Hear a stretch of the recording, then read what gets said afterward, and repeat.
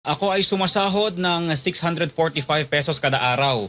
Ah, Tanong lang po, well, yung good. agency Buti pa kasi siya. namin na kinakaltasan kami kada cut-off ng 500 for savings daw pag nag-resign kami. Oh. Saka naman, makukuha for 3 months. Tapos, kada taon, nagbabayad kami sa insurance ng 315.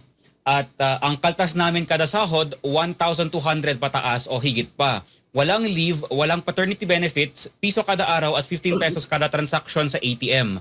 Ano po bang dapat gawin sa mga ganong agency? Salamat daw po, attorney. Well, unang-una sa lahat, 'di ba, malaki ang problema ng iyong employment, ano? Kasi yung mga agency na 'yan, sila ang mga employer mo.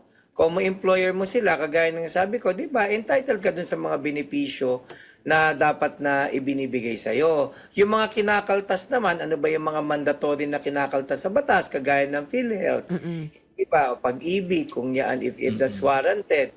Hindi ba? Or kasama rin dito halimbawa yung ano nga yung isa? Pag-ibig, hindi ba? Nasabi mo So, na, merong mga... nakalimutan agad, dalawang beses. Sabi ko, PhilHealth. Ralph, may testigo ako for the first time mga kabatas, live on Ano ba air. nangyari? Naulit ko yung pag-ibig. Oo, Ralph, aminin Dapat mo. kasi, ganito kasi yan. Sobrang importante ng pag-ibig, dapat ine-emphasize. Kaya ko inulit yan. Diba? Lusog ka na nabi.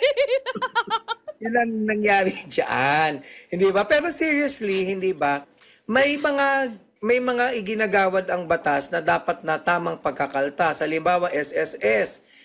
Tama naman na kinakaltasan kasi SSS at nililimit nila yan. Tama. Kapag kahit nila nilimit yan, that's even a criminal offense.